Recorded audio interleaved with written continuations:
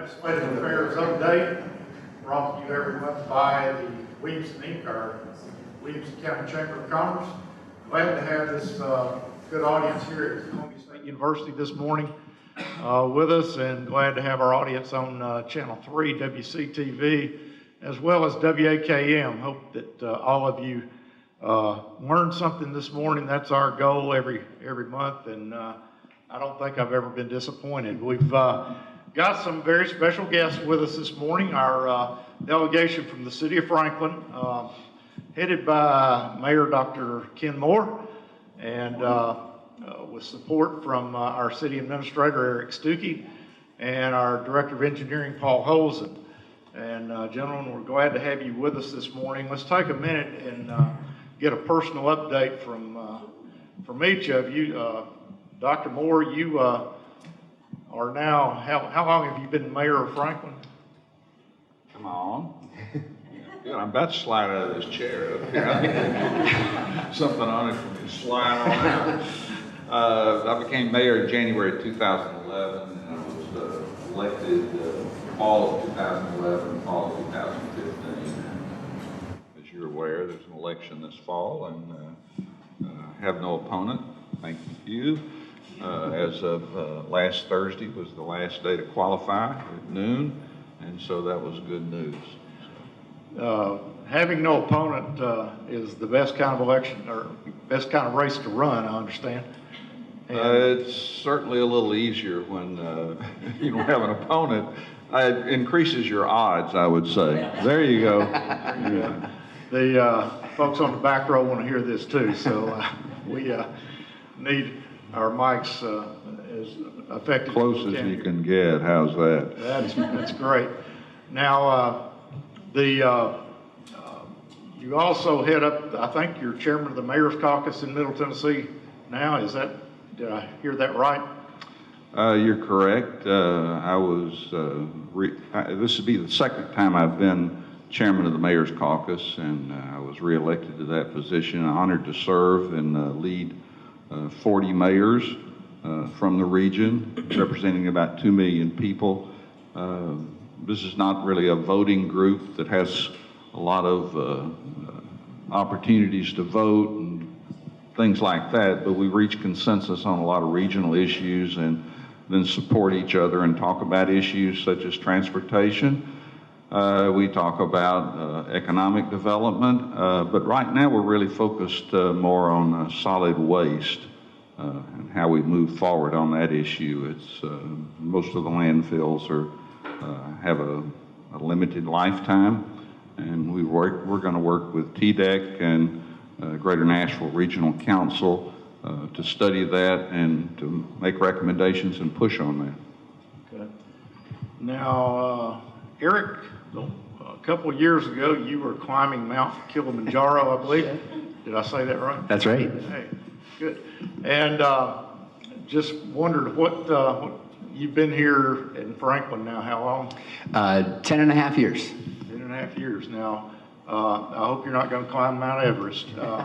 What's your next big trip, hike, mountain climbing? I don't know if I have one quite yet. My son and I have talked about doing Mount Whitney, which is the highest point in the United States, continental United States. So we're thinking about that. But family and I, summer before last, did the Northwest. So we went to Mount Rainier and Mount Hood and saw those sites. So and that was a great time.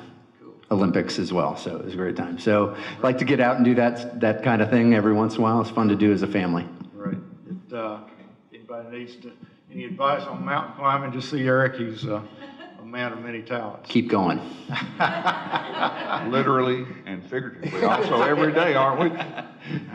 That's great. And our third guest is Paul Holzen. Paul, you're Director of Engineering for the City of Franklin. How long have you been in that position? I've been in that position for about 7 years and been at the city for about 10 years. Where did you come from? I moved down from Ohio. I have a lot of family that grew up here in Nashville, and so I targeted this area and called my uncle up one day and I said, there's this job in Franklin, Tennessee. What do you think? And he said, come down, take the interview, take the job. You'll love it. And came down and I fell in love with the place. So. Fit right in. Great. We I found over the years that, well, let me circle back to some, jumped over. We just had a citizen survey that interviewed a lot of Franklin residents to see what Franklin residents want, what they like, what they don't like. What did you all learn from that? Mr. Mayor, you... Well, I'd love to start it out because when we're looking at this citizen survey, which we tend to do about every other year, we're seeing trends and comparing ourselves to over 600 other cities. And then we're also able to hone down and compare ourselves specifically to cities in like the 50 to 100,000 population range. We scored very, very high when you compare ourselves to cities 50 to 100,000. I think we're probably right at the top of the list. When we compare ourselves to the other 600, we're right at the top of the list. We're doing very, very well as far as our citizen survey, except we're seeing some trends that there's a concern about growth. And we've been sensing that for some time, that we do have citizens that are concerned about growth, and that's why we're going to talk about what we're talking about today. We're not sitting around idly and just saying, well, we're growing.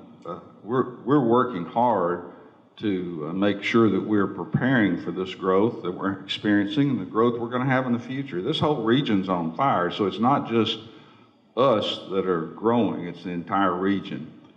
So I would critique it. Of course, I'm going to be a little prejudiced, but I think as far as how communities are preparing for growth, we're probably doing better than any city that I'm aware of. Whenever I talk to other mayors and whenever I go to the National League of Cities and whenever I go to the Tennessee Municipal League, we're viewed as a leader in everything that we're doing, and they're wanting to know what we're doing.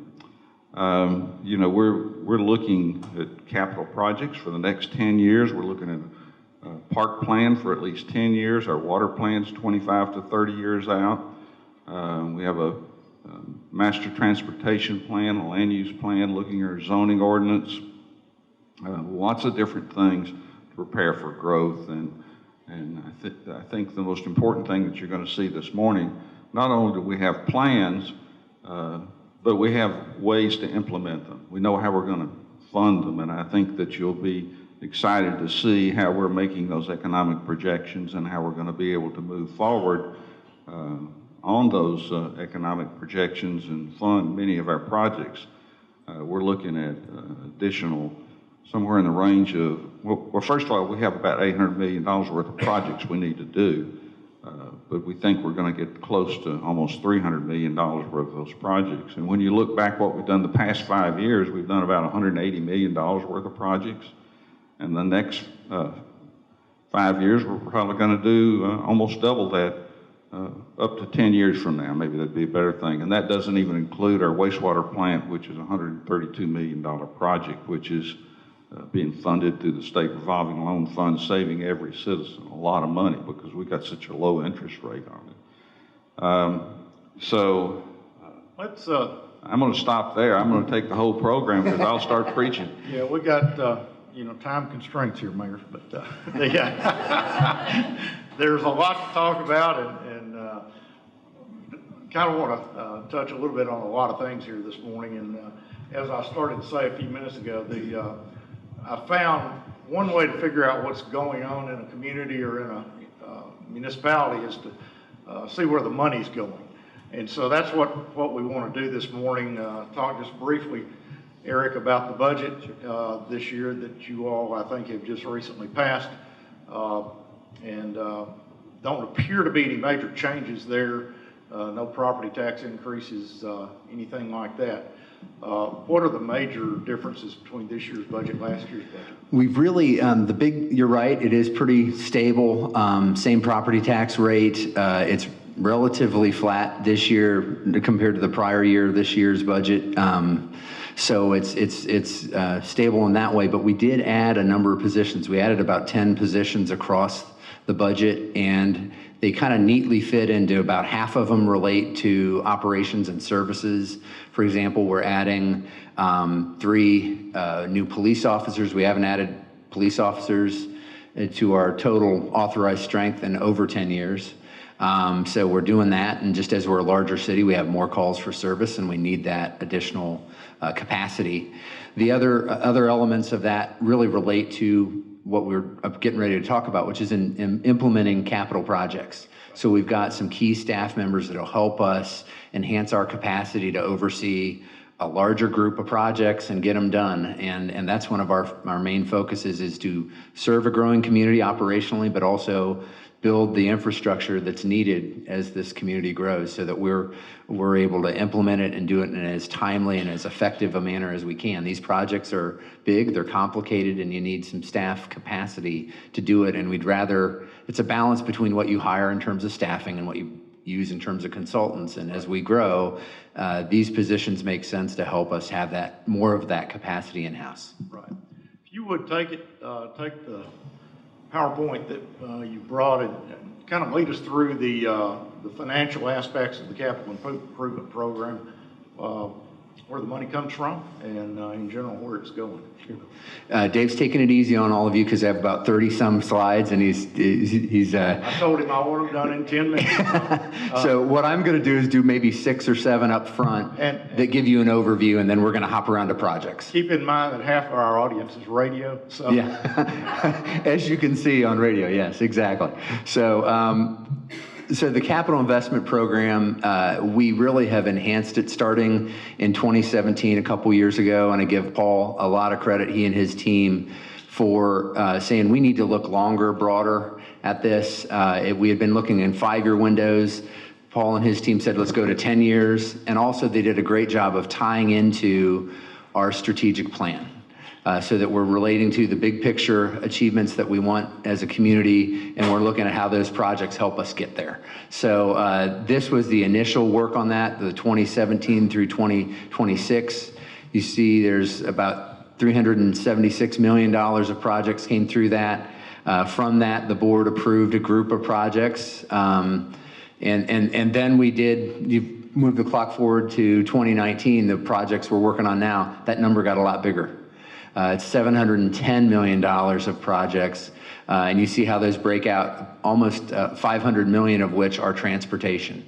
So that tells you where our biggest focus is from a capital project standpoint, is how we move people, primarily roadways, but it's also multi-use trails so that people have options and other connections to get to school, to work, to church, to downtown. And so sidewalks and trails are important too.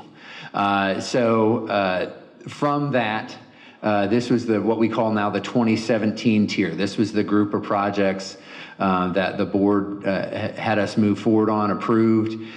Those are all moving forward. We can talk about some of those as you'd like. A number of those are under construction. Some of them are nearly complete. The public safety radio system, which came online earlier this year, fully operational, great project between the city of Franklin, city of Brentwood, and Williamson County. It also ties into the Davidson County radio system. So we're really building a more regional system so that we can all talk to each other anytime, but especially in times of a natural disaster or crisis where you need to bring in more resources, we can all talk to each other. So these are the various, and you see again, major road projects, and I won't go into the specifics, but these hit a lot of key elements of what we do and are really the local projects of importance. And those are all underway. And that's, again, over $110 million. This is a hard to read project list, but it's what we're forming as the 2019 tier. And we asked the board to rank and prioritize projects. And so this is what we're calling the top 10. And I'll tell you up front, if you count it, there are 13 projects. So yes, we can do math and count at the city of Franklin, but we did the priorities in 2 different ways and melded this list together. We asked aldermen to do a prioritized list so that your number 1 project had more weight than your number 20 project, okay? So we had a prioritized list, but then we also had just a raw count. How many times did an alderman and the mayor select a project as identified as important? And we asked them to work within a certain dollar amount of projects. So they didn't all have the same number of projects, but they worked within a budgetary target. So this is about $109 million worth of projects that are in their top tens. And then again, you see a mix of transportation projects, parks projects. You've got our partnership on parks with Franklin Special School District. We're enhancing facilities at existing school open space to make them available for the community in terms of recreational use, but also enhance what students can use and experience throughout the school program. So this is just a good mix. You see some stormwater, neighborhood stormwater projects as well, parking lot to enhance downtown, help with that. Other parking projects, and new City Hall is also on that list. So again, $109 million there.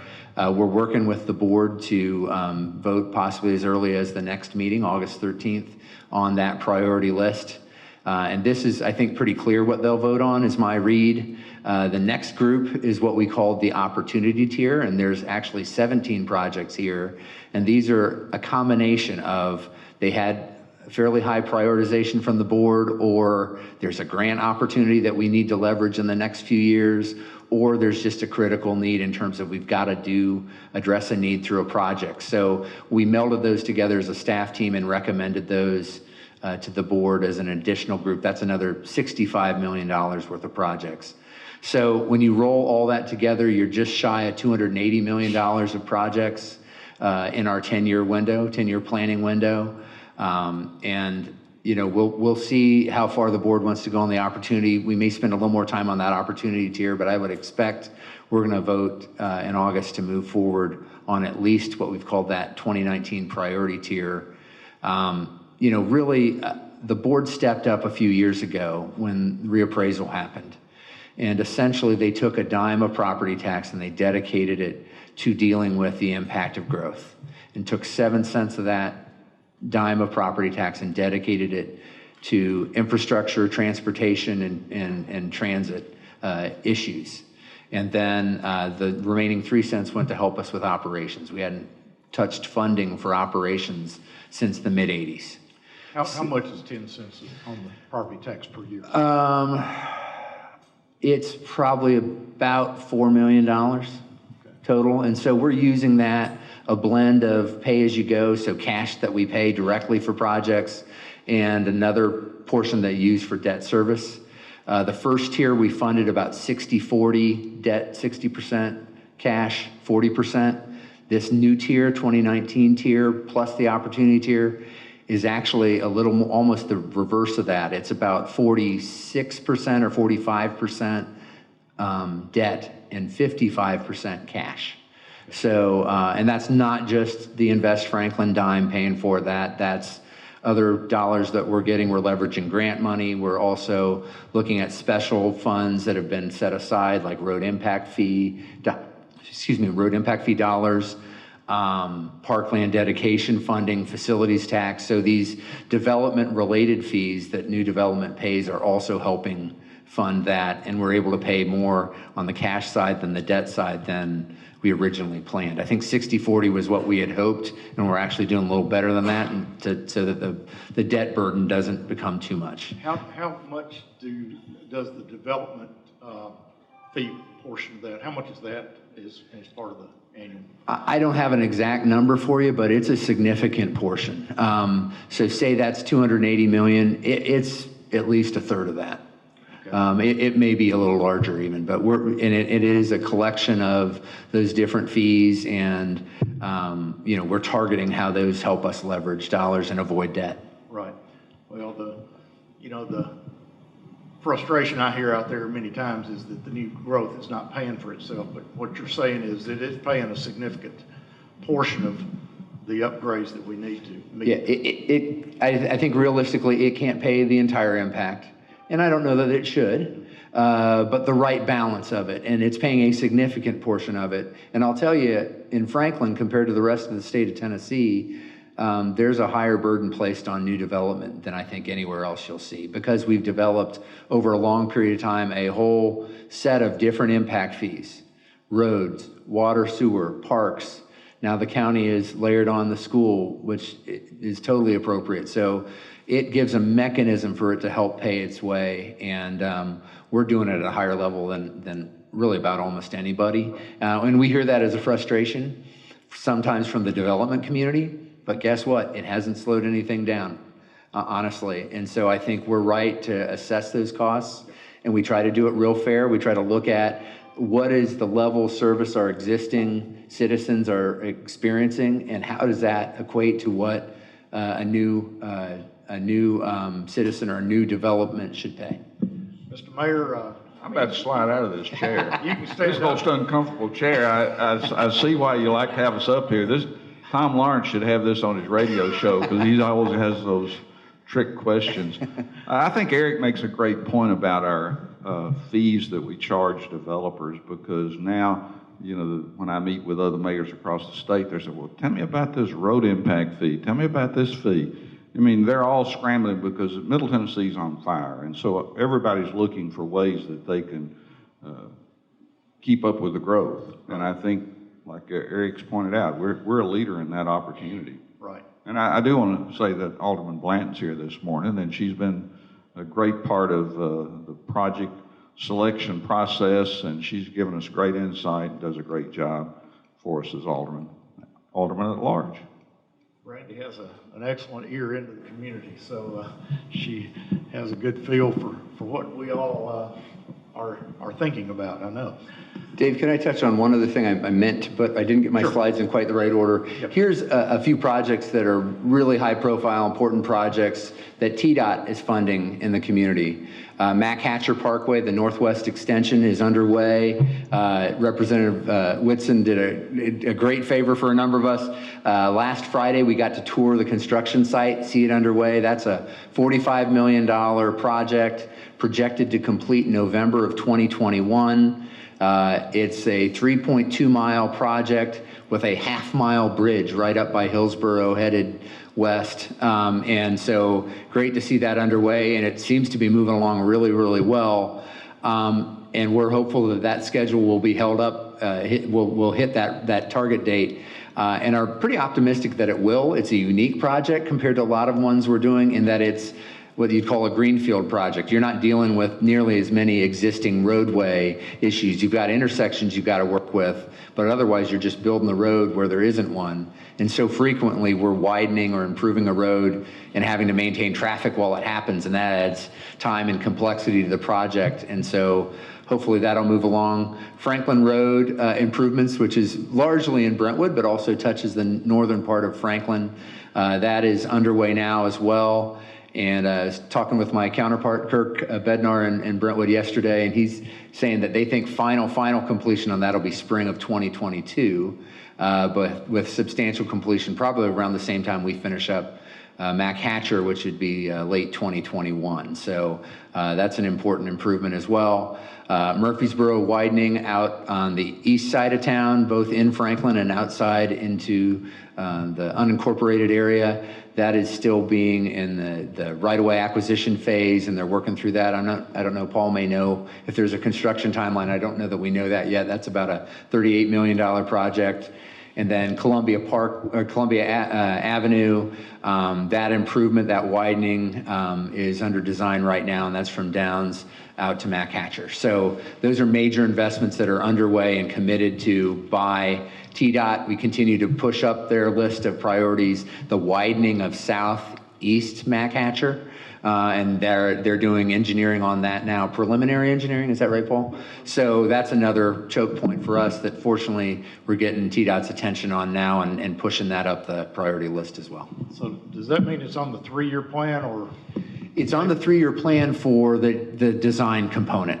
So that's good, but really what matters is getting the construction piece, but you gotta finish the design piece first. So that's one we keep pushing on, because obviously that is a very congested stretch in the community during rush hour. Paul, I wanna pause here just a minute, and then we're gonna go into the individual projects that are on the CIP, but balancing growth and the infrastructure to service all that growth is a ongoing balancing act, I guess. from an engineering point of view, what are we doing right and what could we be doing better? Well, we're very fortunate in Franklin. There's a lot of funding that's been given to us to help do a lot of master planning, from land use planning to infrastructure planning. And we not only just do those plans, but we also implement them. Another big thing is we rely very heavily on development to help implement that infrastructure. And so spending $280 million is very stressful, even with a huge team trying to deliver all these projects. But we rely heavily on the development community when they do a project to also improve the frontage of their roadway or that roadway network to offset the impact. And so they play a huge role in helping us deliver that infrastructure at the exact same time of development happening. So, going to jump around here just a little bit. You recently annexed 350 acres out south of town, out south of Goose Creek, development called Southbrook. And so there's going to be more growth on the southern edge in addition to what we've already got. What are the objectives as you talk to a developer like that? What are your objectives to try to accomplish for the city as well as get the developer where he wants to go? I'm going to chime in real quick. Go ahead. We haven't annexed it yet. There's a couple more votes, but it is moving along. Paul, go ahead. It's just really making sure that we review our master plan. Our planning department does a great job with Envision Franklin and looking at land use out there, and they vet that with the community. So we try to ensure that we're implementing that plan, and we also just make sure that our infrastructure plan is lining up and that we're encouraging high quality development as we grow. We don't need to just grow to grow. We want to grow and have high quality development and make sure that infrastructure is happening with it just to keep the quality of life in Franklin. One of the other things they've done, our teams between engineering and planning especially, have linked the land use planning and the transportation planning. That sounds like a simple concept, but it's really important. Understand what land use drives in terms of the demands on your infrastructure and plan accordingly. So that link has been really important. And also having those plans in place when a development comes in, we don't have to think about it. We've got the plan ready to go, say, here's what the plan says, both in terms of land use. Here's what the plan says in terms of the transportation plan and the roadway infrastructure. So you need to make these investments. To support the development that you're proposing, and then they can help us build out the community and the infrastructure that's needed as well. Here's my curveball question, Paul. It seems to me that smart engineers like you and your team, could look at the zoning of all the land in the city limits and that will be in the city, expected to be in the city limits for the next 20 years, and tell us how many lanes we need to have on Lewisburg Pike or on Columbia Avenue to carry the traffic that zoning would indicate would be there someday. Can you do that? We can do that. Those plans tend to change over time as land use changes. And as Eric just stated, we work very closely with our planning department to match when those zoning changes happen, what we do with our transportation. And it's not just transportation, but it's also our water infrastructure, our sanitary sewer infrastructure, and make sure that all those plans are aligned. And we have a comprehensive transportation network plan that's looking 20 and 30 years out at what those roadways will be. And when a developer comes in, as Eric stated, to make a multi-million-dollar investment, we tell them from day one, you need to dedicate X amount of right-of-way, you need to help us build these improvements, and Carruthers Parkway is going to be 3 lanes through here. And so literally from the newest employee that we've hired to someone that's been there for 20, 30 years can open up that plan and tell that developer, that individual making that investment, exactly what needs to happen. And again, the second A zoning changes or land use changes, we're looking right at the infrastructure with that plan. So we can absolutely answer those questions. So you're telling me sometimes politicians vote to change the zoning on things that makes the plans. Sometimes, and sometimes usually staff is recommending it. I mean, it's the two go together. Right. I think Paul makes a great point, though, is that we're anticipating what's going to happen with growth. We have the land use plan, we have our zoning ordinance, we have our master transportation plan. So we're looking way out in the future. I mean, when you're looking way out in the future, there's always going to be some changes that we don't expect. But as best we can, we're looking out there to anticipate what the growth looks like and how we're going to accommodate it. So, you know, I applaud Paul and his team, Emily Hunter, head of our planning and sustainability departments here this morning, and they do a great job helping us with it. I don't know if there's other city staff here or not. Did I miss anybody? They're working. They're working. Great. Let's move on, and Eric, if I can take over the steering wheel here and I don't even know what button to push. This is scary, Dave, that you're driving. Gotcha, okay. That'll take you. Because I just want to spend a few seconds on each one of these projects and let you all talk a little bit about them. This is a project East McEwen from the existing, I guess, 4-lane section over to Wilson Pike, and spring of 2020 to spring of 23. Any surprises there? Anything new on the horizon there? It's a complex project. It's a big build. It'll start a year from now, a little less than a year from now. But it's basically converting a country road into more of a city road that you see the rest of McEwen look like. Big important connection east-west in the city. And over a mountain at that. So. Yeah, and we got about $10 million of state and federal dollars to help us with the project. Great. What is this? This is, well, go ahead. This is underway right now. Go ahead. Yeah, so we have traffic concerns here with all the development there. These are right bypass lanes that we're adding to the roundabout. We've been in this roundabout 3-4 times. I hope this to be the last, but we're adding bypass lanes just to really help with overall traffic. And one thing we've seen is with the huge development in Carruthers and McEwen is all this traffic is now coming from the east through McEwen Drive over into the Cool Springs area.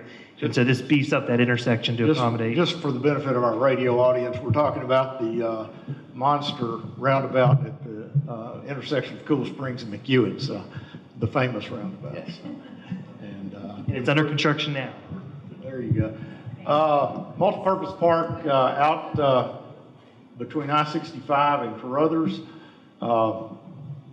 Tell us a little bit about that, Eric. So this is a huge project. One of the deficiencies that was identified in our parks master planning is the southeast of Franklin did not have as many park facilities, and it's also one of our fastest growing components of the community. So this is actually over 280 acres total, and it's going to be a blend of, it's really, if you took Pinkerton Park and Jim Warren Park and put them together, you'd have this park essentially, where the northern portion is a passive park with trails and Robinson Lake, and then the southern portion is more active sports fields, etc. And we'll have 10 rectangular fields, which can be lots of different things between youth football, lacrosse, rugby. All of that can happen there. Our first inclusive playground is targeted for that site, so that's awesome.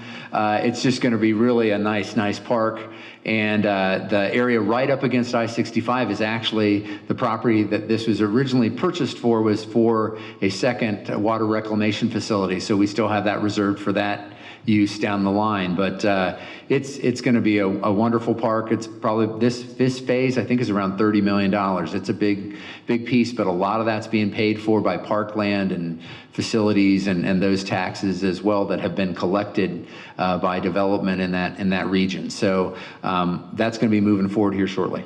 I know you don't like to say this, but in the old days, we used to call water reclamation facilities sewage plants. But That's right. I'd love to give a larger overview if I could, because we have over 1,000 acres of parkland now. And so that's really significant for our community. And as you mentioned, this project, Southbrook, right. That's a conservation subdivision. So a significant portion of that is green space. So we're looking at significant density in certain areas of that as far as lot sizes and so on. But I I think over half of it is going to Over be 50, open yeah, space. that's right. And a parkland area on the hilltop area with trails and et cetera. So we're trying to make sure we integrate recreation and open space with every development. Great. These have been completed sidewalk projects all over town. I think we've seen those happening. New fire station out at Paytonsville Road there near the Ag Center. That's under construction now. It also includes an EMS wing, so we're co-locating both Franklin Fire and the Williamson County paramedics. So that's critical for service to that area of the community, both city and county. And just I need to give you one. That right there helps us be an ISO 1. That's a fire what's rating. an ISO 1? That's the best rating you can have for responsiveness by your fire department. So that means that people's insurance rates are going to be the lowest that they can be. Right. And that was a critical area for us in southeast Franklin. So that's why we put a temporary station there, and now we're putting the permanent station. Now, in the long term, Paytonsville Road will not make that big turn. It'll go straight, as I understand it, and connect to the South Carruthers Parkway. What's the time frame for that to happen? There's not a specific time frame at this point. I would expect that you really see development in that area help push that, just like Paul talked about that in other areas. When you see development in that area, you'll probably see that roadway be part of what happens with development there. But yeah, that's absolutely right. And we've sort of some of the land we acquired around there was to help that roadway project go when the time comes. Right. This is a project that will be a very high-profile mess for a while, and then beautiful after that. But Franklin Road from the current Main Street up through past the factory, when are we going to start seeing If you like Hillsborough Road, what we did there, you're going to love Franklin Road. And plus, it's going to have sidewalks on both sides. And I think we're getting ready to bid that this year, aren't we? Yeah, we're finalizing right-of-way acquisition, hoping to start construction this fall. It's a really big project, and it's a largely an infrastructure project. It's not just roadway and sidewalks. We're replacing all the sewers, clay lines that need replaced, all the water needs replaced. We're partnering with Atmos to upgrade all their infrastructure. AT&T's upgrading all theirs, and Middle Tennessee Electric as well is all going underground. So it's a really big, exciting project. And TDOT's working on replacing the bridge at Franklin Road, and that's going to help. They're going to increase the span and help us take out a significant number of structures out of the floodplain. So you see a lot of different entities partnering together to try to do these big infrastructure projects. Great. What's the cost of that project? It's around 20 million. Do you have the number off the top of your head? I was thinking around about $20 million. Yeah. 20 million. Give or take. Goose Creek Interchange, going to get some lights? Will the road remain open so that we can Yes. travel on it while you're constructing on it? Yeah. Just like the mayor compared to Hillsborough, will be the same type of thing where it won't be pretty at times because you just have to work around construction, but we'll keep it open. There'll be some temporary closures as we work on elements, but we'll try to minimize those and do those in the least impactful times. But yeah, that's the challenge of working around an existing, very heavily used roadway. Ladies and gentlemen, would you please silence your phones? I actually forgot to silence mine. That was Tom Lawrence. That was Tom Lawrence calling me, ask me a question. I can't take it right now, Tom. Goose Creek lighting, gonna light up the interchange, it looks like. This is in TDOT's October letting, so we're excited. I found that out yesterday. They've just put in the October letting, and we're excited to move it forward, and they're requesting their city pavement on it. All right. Recently, you completed the construction on the water treatment plant. Our water tastes much better out on Lewisburg Pike. That's good, yeah. Tammy will now drink tap water. Well, that's good. So she hasn't done that for many, many, many years. But it is a state-of-the-art water treatment plant, and it provides about a third of our drinking water. The other 2/3 we buy from Harpeth Valley Utility District. And then the other project that's on there, the mayor referred to, the upgrade and expansion of our water reclamation or wastewater treatment or sewer plant or whatever you want to call it. clean water plant is now what some folks are calling them other places in the world. But it will take us from 12 million gallons a day to 16, but also bring some enhanced treatment capacity, especially as it relates to nutrients. We treat water to about the highest level of anybody in the state because we have a relatively small receiving stream in the Harpeth River. So that's been a main focus of what we do to make sure we're very, very good stewards of the river, and the water we put back in is cleaner than the water we take out. Okay, the current population of Franklin is what now? About 80,000. And so 16 million gallons a day, will that take us, how high will that take us in population? It's not just a population calculation, there's other development as well, but I think that definitely takes us over the 100,000 range. We're probably 10 years out from needing to look at going with the south, what we call the south plant, but those decisions will probably need to be made in the next couple years to gear up for it, because there's a lot of time and preparation and permitting involved in an additional plant. But those come out of a different budget. Water sewer budget's totally separate from. Water and sewer are separate business units. They're entirely supported by ratepayer funding. There's no taxes, property taxes or sales taxes tied to it. So the rates you pay as a water or sewer customer support what we do in terms of the operations. Right. You know, that water treatment plant, I don't know that there's any other plant with the technology that we have.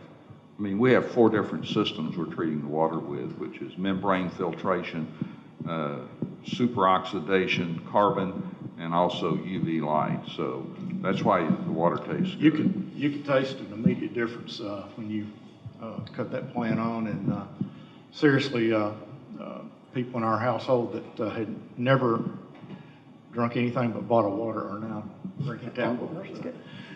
So big difference.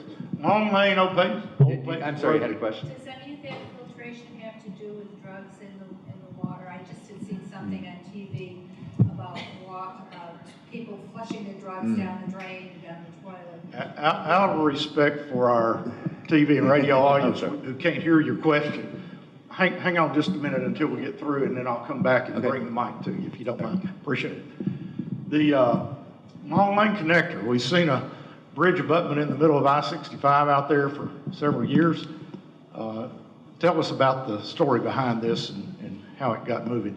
Well, I think we all remember the tragedy about 5 years ago when the gasoline tanker had a fire underneath the current Paytonsville Road bridge. Fortunately, TDOT worked with us to get that bridge back in shape in a very quick order. I think that was a good lesson, and I think that's the reason the board has ranked this project #1 right now on our list, is because they see that it's important to have connectivity, additional connectivity. So this Long Lane overpass is weighted #1 by the board.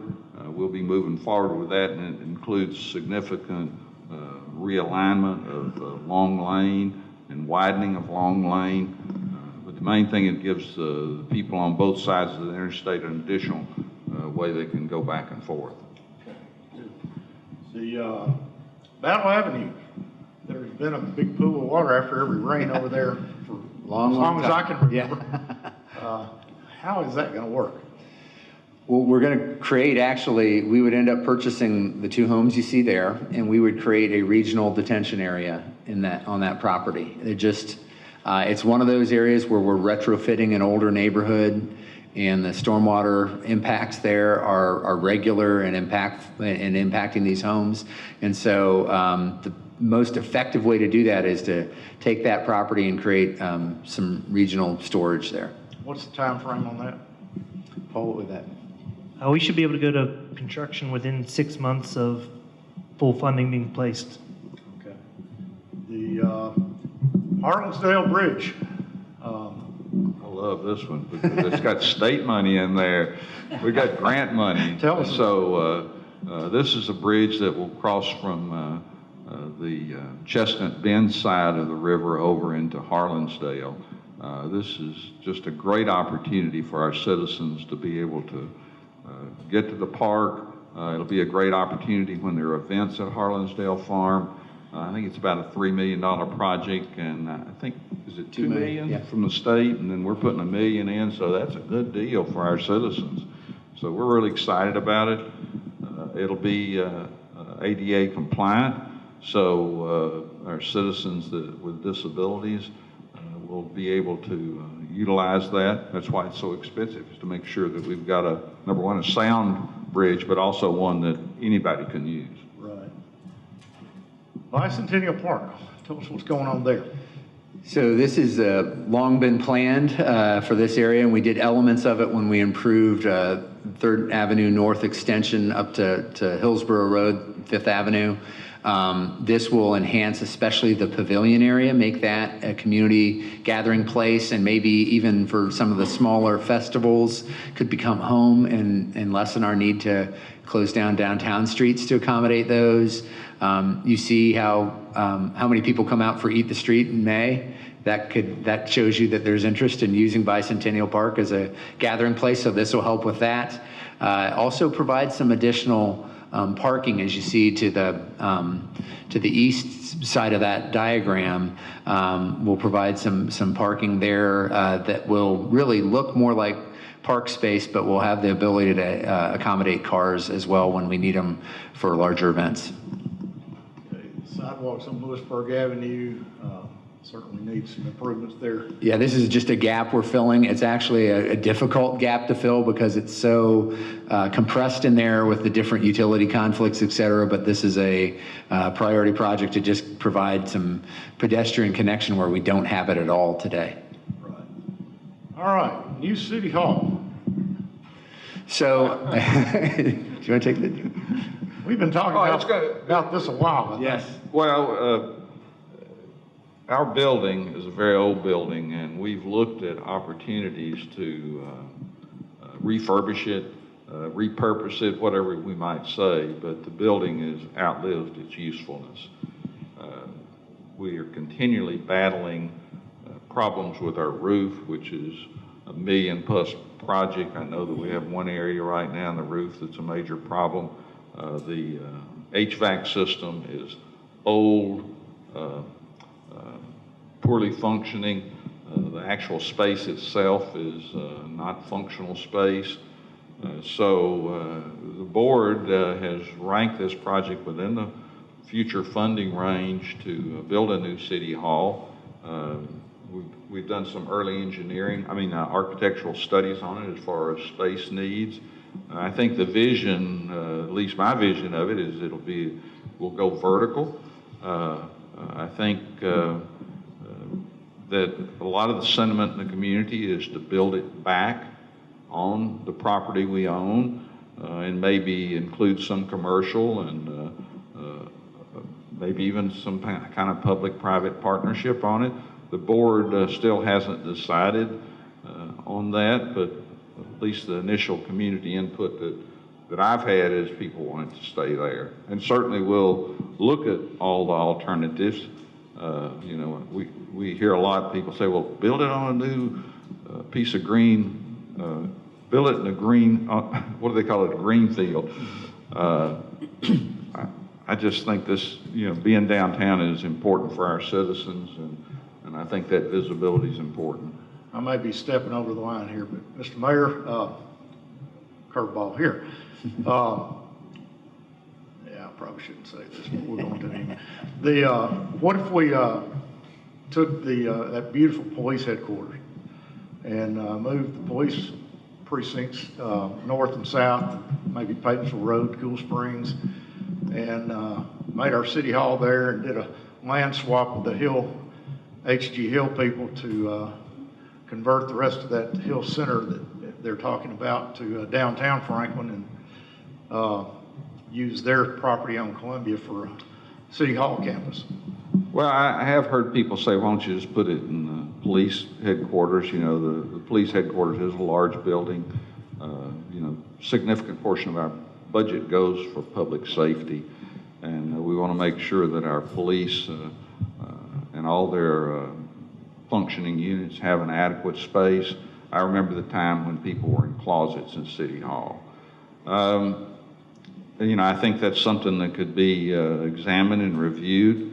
I think looking at maybe doing a land swap with the Hill Company, that's going to be an expensive proposition, I'm sure.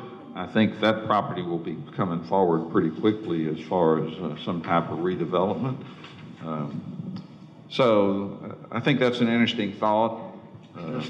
Just one of my. I know that I've asked that question before about precincts, and I think the response that I've heard in the past has been that we're not quite large enough to have multiple precincts at this point.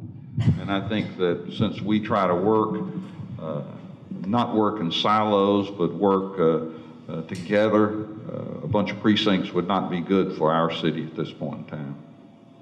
Fair answer. There are several more slides here that we're not able to get to at the moment, because I do want to give the lady a chance to ask her question, and anybody else that's got a question for our mayor and city administrator. Hi, I'm Doreen, and on TV they're talking about drugs in your drinking water and Right. getting into the streams and everything. I doubt that there's any way that you can filter that out, but maybe we need more advertising to make sure that people are aware that this is a problem and it can cause problems down the road. It just never occurred to me until, I think it was yesterday or this morning, I had heard that if you put birth control pills down the road, it affects the fish. And I'm going, really? Well, we do treat at a very high level, and some of the same things we do to treat the wastewater generally, it does help with those, but we examine every day, multiple times a day, what's coming through and the level at which we're treating it. So we do keep an eye on those things. It is a public education thing about, don't dispose of them that way. We do occasional collection events, and you can even bring it just to the police facility and we'll take care of it. If you don't want it in your house, we'll handle that for you. So there are other options than flushing it down. That's about your worst option. But I do understand that people want to get it out of the house, and that's with good reason. And we're always there to help. They can just call the non-emergency police number and we can give them some guidance on that. Anybody else? Christine, you look like you've got a question. While you're waiting for questions, let me promote one thing that's really important that we're working on. Emily Hunter's here, our Planning and Sustainability Director. We are updating the Franklin zoning ordinance, and that has been an involved process over the last really year and a half, 2 years, and we're in the midst of that. We're kind of in the home stretch. It has been drafted. It's available to you. You can go to zonefranklin.com or you can go to franklintn.gov and see the entire ordinance. There'll be a public meeting on August 15th at City Hall in the training room that evening, 6 o'clock, is that right? I think it's actually coming together between. Okay.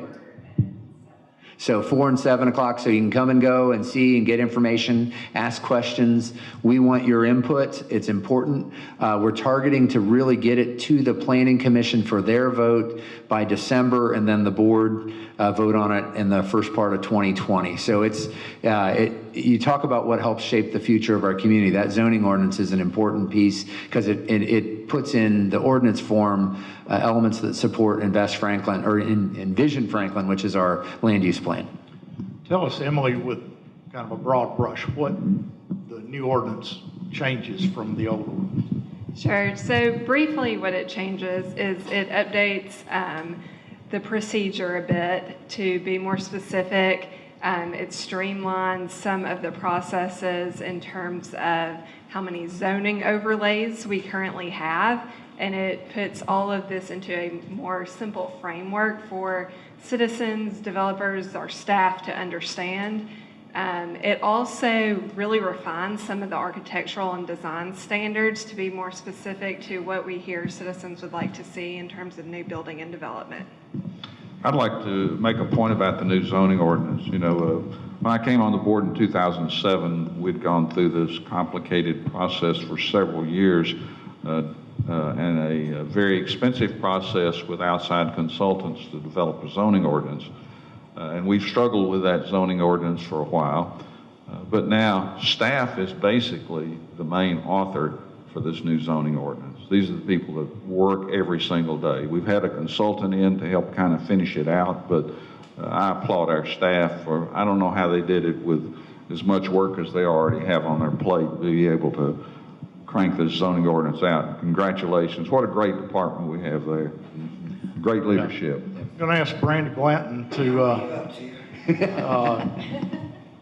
you know, you've lived here all your life. I've been here a while, but the old Franklin folks, I think are proud of what Franklin has become, but we're also sometimes frustrated with the. I think there's a mixed bag of pride and frustration. I agree. I mean, honestly. Tell us how you balance that, how you see that being balanced. Well, you know, it's funny, I had a conversation, I told Eric about this last week in his office, and I'll be a little bit more condensed. I have really great friends who are frustrated with the growth, so much so that some of them are looking at maybe renting a little place in Muscle Shoals because they miss that sense of community that they grew up with. Well, some people can do both. So my encouragement, number one, my frustration was, I understand that you're frustrated, but look at your life now based on where we've come. The success that you've been able to realize professionally. I said, the other thing I'm going to tell you is, you know, people get frustrated that there's change and that they don't feel that sense of community anymore. And I told them quite bluntly, I said, you know what? I said, roll up your sleeves and find a way to get involved. Because gone are the days where community comes to find you. And I'm somebody who's raised 5 children here, graduated from Franklin High School. And I said, you know, it is an effort that you put in, not only to greet the people that come, but to stay connected with the people that have been here. Now, Williamson Memorial Gardens is a great way to feel like it's old Franklin, but that's not where I want to spend my life. So I will spend my death there. But so I think there's a balance to be achieved. I'm not a wealthy person. I will never be a wealthy person, and that's fine with me. But I have 5 children who are a product of this community because of what we realize. And so I think you got to get outside your comfort zone, and you've got to make community. Good point. Good point. If you don't do anything else, at least vote, maybe. Oh, yeah. That's right. That's an ongoing conversation about elections and the participation rates and that sort of thing, and we would encourage you to do that. Gentlemen, we've got about 2 minutes, and I need to thank some folks here for making this happen. We got tons of stuff we could talk about. We could go on for 2 hours, and I appreciate you all being here and sharing this with us. This presentation, I think, is available online, isn't Absolutely. it? Yes, yes. So you can go to the Franklin website and see the rest of this presentation and what's going on behind the scenes. A lot of it I did not know about until I started preparing for the show today. So just got a little announcement that I've been asked to make, and today is the 75th anniversary of Moody's Tire and Auto Service Center. And Moody's, they're an institution here, and we just want to congratulate them on the 75th anniversary. The Goodyear blimp will actually be around today to help celebrate that. So if you see the Goodyear blimp, that's why it's here. Just want to thank all of you for being here. Want to thank our sponsors, Vanderbilt and AT&T, for helping make this happen. Creed and his crew from WCTV make us all look good, and we appreciate what you do, Creed. The WAKM and Tom Lawrence getting it on the air for us there. And obviously, just thank Dr. Darrell Lampley and the Columbia State team for letting us be here on this beautiful campus. And I also thank the community coffee people for keeping us awake when I let things go too long. So just hope all of you will be back. We'll be here on the 23rd of August next month, 1 week ahead of the Labor Day weekend, I think it is. And so we will have Mayor Rogers Anderson from the county doing a similar recap of what's going on in the county. Ladies and gentlemen, thank you for being here. Thank you, Eric. Thank you, Mr. Mayor. And thank you, Paul, for enlightening us today. Thank you.